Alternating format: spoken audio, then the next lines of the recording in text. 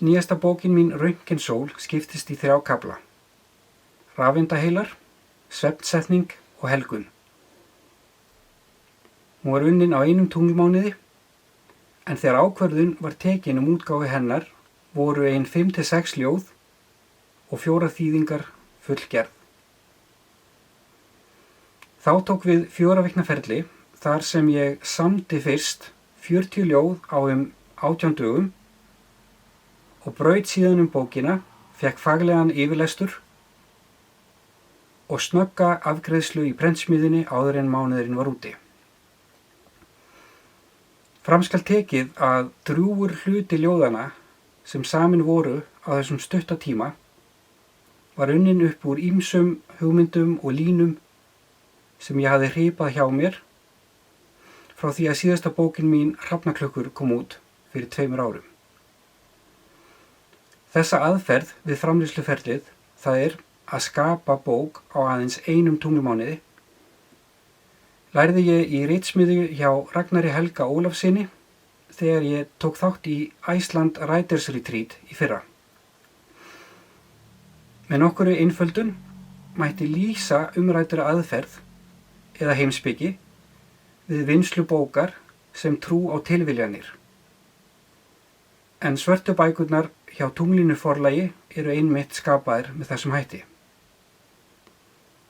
Eitt er víst að útkoma beitingu hennar er líkt og galdri hafi verið kastað.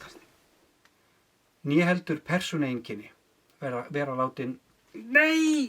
Pabbi, þú varst ekki búinn að feila. Þú varst það sem var að segja vera látin. Verða látin.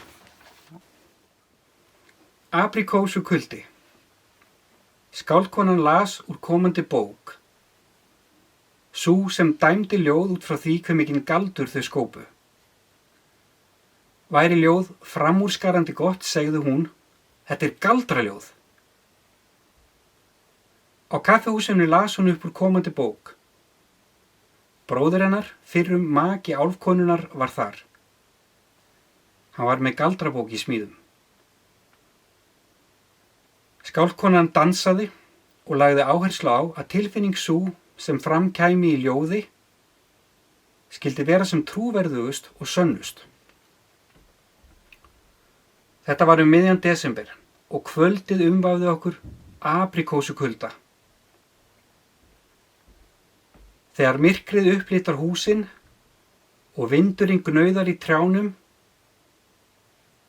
særinn stynur við sanda í fjarska, er rödd skáldkonunnar svo lágvær, svo þýð að hún heyrist varla. Við leggjum við hlustir og greinum samtal hennar við sköpunarkraftin. Enginn veit hver hefur orðið. Skáldkonan las tengslaleysi og tengsl. Veruna sem er það sem verður eftir þegar við höfum bent á hvað eina sem er í heiminum og sagt, nei, ekki þetta. Skáldkonan las ást og ummyndun. Starffræði ástarinnar er eins og myndmál sem mótar hugsun okkar, opinberun. Við opnum óvart glugga, setjumst einmitt í þetta sæti en ekki eitthvert annað. Þegar hjarta okkar fyllist ást, tölum við andrúmsloft. Þegar við þykjum af öðrum, þegar gjöfum er lyft upp, þá mega heilindi ekki gleymast, né heldur persónueinkenni verða látin víkja.